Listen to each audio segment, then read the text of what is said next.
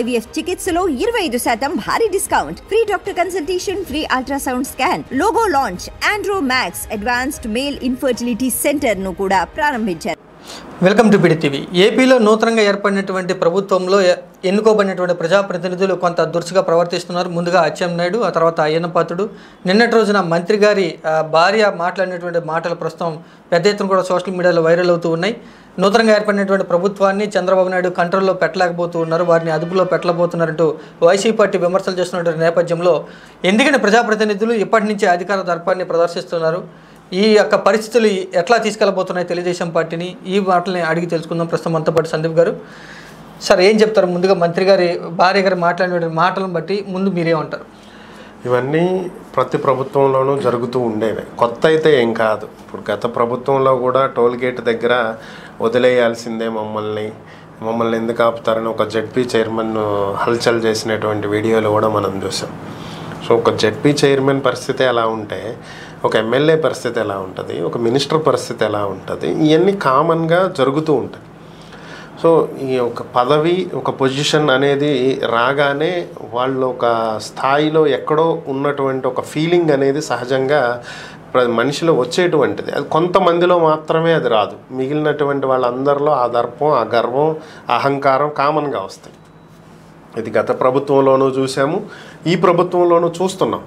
So గత ప్రభుత్వం ఏమీ గొప్ప పద్ధతిగా నడిచారంటానికి ఏం లేదు వాళ్ళు ఈరోజు డిమాండ్ చేయడానికి. సో ఇద్దరికీ ఉంది దీంట్లో.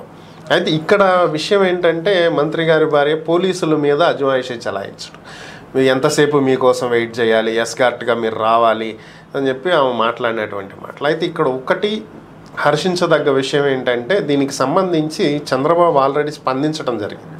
ఆయన స్పందిస్తూ అధికారులు, ప్రభుత్వ ఉద్యోగుల మీద, అధికారుల మీద, పోలీసుల మీద, ఐఏఎస్లు, ఐపీఎస్ల మీద, మంత్రులు కానీ, ఎమ్మెల్యేలు కానీ, కార్యకర్తలు కానీ, నాయకులు కానీ ఎవరైనా ఇష్టం వచ్చినట్లు ప్రవర్తించినా, దురుసుగా మాట్లాడినా, ఇట్లాంటి ఓవర్ యాక్షన్లు ఏమన్నా చేస్తే ఏమాత్రం క్షమించము, ఖచ్చితంగా చర్యలు తీసుకుంటామని చెప్పి ఆయన తేల్చి చెప్పాడు డైరెక్ట్గా. అంటే గతంలో ఇలాంటి వార్నింగ్లు ఏమి ఉండేవి కాదు. గత ప్రభుత్వం అనే కాదు, అంతకు ముందు ఉన్న టీడీపీ ప్రభుత్వంలో కూడా 2014 నుంచి 2019 వరకు చూసుకుంటే అప్పట్లో ప్రత్తిపాటి పుల్లారావు గారి వైఫ్ ఒక టోల్ గేట్ దగ్గర నాకు టోల్ చార్జ్ చేయకుండా పంపించాలని చెప్పి గొడవ పెట్టుకున్న వీడియోలు ఉన్నాయి. లేదమ్మా, క్యాండిడేట్ ఉండాలి, ఆ ఎమ్మెల్యేనో మినిస్టరో ఆ పర్టిక్యులర్ ఎవరైతే ఉన్నారో శాసనసభ్యుడు వాళ్ళు ఉండాల్సిందే అన్నా కూడా ఆమె వినలేదు. అది కూడా వైరల్ అయినాయి అప్పట్లో. ఆ తర్వాత వైసీపీలోనూ అలాంటివి జరిగినాయి. అప్పట్లో ఎప్పుడు ఖండించలా, అప్పుడు చంద్రబాబు ఖండించలా, ఆ తర్వాత జగను ఖండించలా. కానీ ఇప్పుడు చంద్రబాబు ఖండించాడు, ఇలాంటివి చెయ్యొద్దు, అధికారులను ఇబ్బంది పెట్టొద్దు, అధికారులతో దురుసుగా ప్రవర్తించొద్దు, ఇలాంటి వాటికి పాల్పడితే మాత్రం నేను చాలా సీరియస్గా, కఠినంగా దీన్ని తీసుకోవాల్సి ఉంటుంది అని చెప్పి ఆయన చాలా క్లియర్గా స్టేట్మెంట్ ఇచ్చాడు. సో ఇది ఆచరణలో ఎంతవరకు అమలవుతుంది అనేది నేను చెప్పలేను, కానీ ఇక అది వాళ్ళ చిత్తశుద్ధిని బట్టి ఉంటుంది. సో ఖండించడం అయితే పార్టీ నాయకుడు, అధినేత ఖండించినటువంటి నేపథ్యంలో మిగిలినటువంటి వాళ్ళు ఎంతో కొంతన్నా జాగ్రత్త పడతారనేటువంటి ఒక భయం అనేదైతే ఉంటుంది కదా. సో కొంతవరకు ఇలాంటివి భవిష్యత్తులో జరగకపోవచ్చు అనేదైతే ఆశిస్తున్నాం. ప్రభుత్వం ఏర్పడి నెల కూడా కాలేదు, అప్పుడే ఎవరైతే ఎన్నికపడ్డారో తెలుగుదేశం పార్టీ వాళ్ళు దురుసుగా మాట్లాడేస్తున్నారు. అచ్చెన్నాయుడు, అయ్యన్నపాత్రుడు ఇప్పుడు ఏమే అంటూ కూడా విమర్శలు వస్తూ ఉన్నాయి. ఇవి కామన్గా వచ్చే విమర్శలే, రాజకీయాల్లో ఇవన్నీ మామూలే. వాళ్ళు వీళ్ళని అంటారు, వీళ్ళు వాళ్ళని అంటారు, ఇదేమీ మనకి కొత్త కాదు. అయ్యన్నపాత్రుడు మాట్లాడినటువంటి వ్యాఖ్యలు అందరం చూసాము. ఈరోజు ఈ వైసీపీ కొత్తగా స్టేట్మెంట్లు ఇచ్చి చెప్పాల్సిన అవసరం ఏం లేదు, మీడియాలో అందరూ చూసినటువంటివి అవి. సో దాన్ని ఆల్రెడీ ఆయనకు స్పీకర్ పోస్ట్ ఇచ్చి ఆయన నోటికి ప్లాస్టర్ వేసి అక్కడ కూర్చోబెట్టారు. స్పీకర్గా బాధ్యతలు చేపట్టిన తర్వాత ఆయన ఒక మాట కూడా ఇప్పటి వరకు మాట్లాడలేదు కదా. ఆయనే నేరుగా మొన్న ప్రెస్ మీట్లో కూడా చెప్పారు, నిన్న చంద్రబాబు నా నోరు కట్టేశాడు, కాళ్ళు చేతులు కట్టేశాడు, నేనేం మాట్లాడటానికి వీలు లేదు, నేను పద్ధతిగా వ్యవహరించాలి, ఇక నుంచి పద్ధతిగా మాట్లాడాలి, ఇరు పార్టీలకు నేను న్యాయం చేయాలి అని చెప్పి ఆయనే స్టేట్మెంట్లు ఇచ్చుకున్నాడు. సో ఈ నేపథ్యంలో ఆయనలో కొంత మార్పు కనిపిస్తుందిగా. ఇక అచ్చెన్నాయుడు విషయానికి వస్తే పసుపు బిళ్ళ వేసుకుని వెళ్ళండి అని చెప్పాడు. దాన్ని అందరూ ఖండించారు, ఒక్కళ్ళే కాదు, అది జరిగిపోయినటువంటి కథ. ఇవి కొత్తగా మళ్ళీ దానికి సంబంధించి ఏవి కూడా వచ్చినటువంటివి కాదు.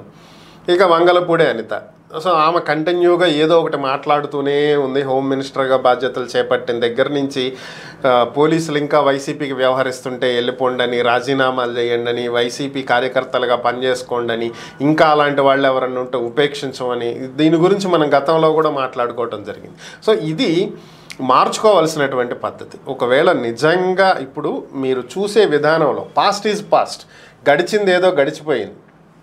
2014 నుంచి 19 వరకు పోలీసులు మీకు సహకరించలేదా? సహకరించారుగా. అలాగే 2019 నుంచి 24 వరకు వాళ్ళకి సహకరించారు. అధికారంలోకి ఎవరొస్తే వాళ్ళు బెదిరించో భయపెట్టో ఏదో ఒక రకంగా వాళ్ళతో అధికారులతో పని చేపించుకునేటువంటి పరిస్థితులే కనిపిస్తున్నాయి. కానీ వాళ్ళకి ఎక్కడ ఫ్రీ హ్యాండ్ ఇస్తున్నారు?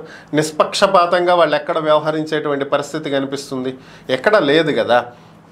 మరలా అలాంటి వాతావరణం రాజకీయ నాయకులే కల్పించినప్పుడు ఈ పార్టీకి అండగా పనిచేశారు, ఆ పార్టీకి తొత్తులుగా పనిచేశారు అని అడిగేటువంటి నైతిక హక్కు రాజకీయ నాయకులకి లేదు. సో గడిచిన దాన్ని వదిలేయాలి. ప్రస్తుతం మీరు అధికారం చేపట్టిన తర్వాత మీరు నిష్పక్షపాతంగా వ్యవహరించడానికి ఫ్రీ హ్యాండ్ ఇవ్వండి అధికారులకు. మీరు మా పార్టీ వాళ్ళు వచ్చారు, వీళ్ళని అరెస్ట్ చేయొద్దు, వీళ్ళ మీద కేసులు పెట్టొద్దు, ఇలాంటివేవి మీరు ఒత్తిళ్ళు తీసుకురాకండి. మీరు వాళ్ళు ఫ్రీగా వదిలేయండి. వాళ్ళు ఫ్రీగా పని చెయ్యకపోతే అప్పుడు ఫ్రెష్ మైండ్తో చూడండి. వాళ్ళు వైసీపీ వాళ్ళ, వీళ్ళు టీడీపీ వాళ్ళ, వాళ్ళు బీజేపీ వాళ్ళ, వీళ్ళు జనసేన వాళ్ళ, ఇవన్నీ అనవసరం.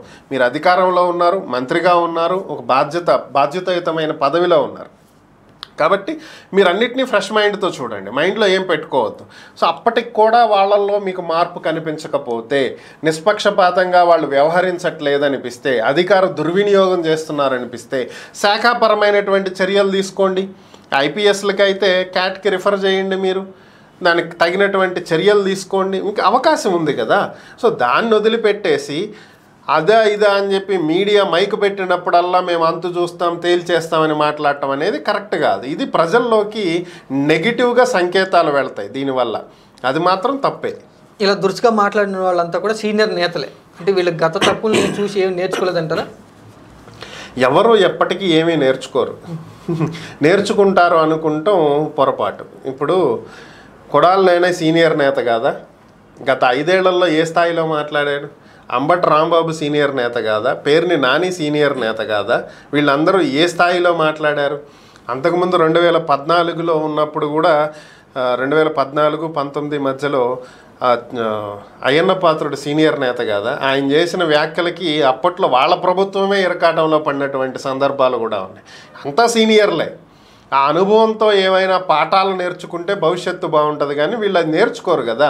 అది నేర్చుకుంటే ఈ బాధలు ఉండవు, ఇంత మనం మాట్లాడుకోవాల్సిన అవసరం ఉండదు, మీడియాకి ఇంత కంటెంట్ ఉండదు. వాళ్ళు నేర్చుకోరు కాబట్టి ఈ కంటెంట్ ఉంది. అది విషయం. ముఖ్యమంత్రి చంద్రబాబు నాయుడు గారు ముందుగానే మేల్కొన్నారంటారా ఈ సంఘటన చూసిన తర్వాత? ఖచ్చితంగా అనుకోవచ్చు.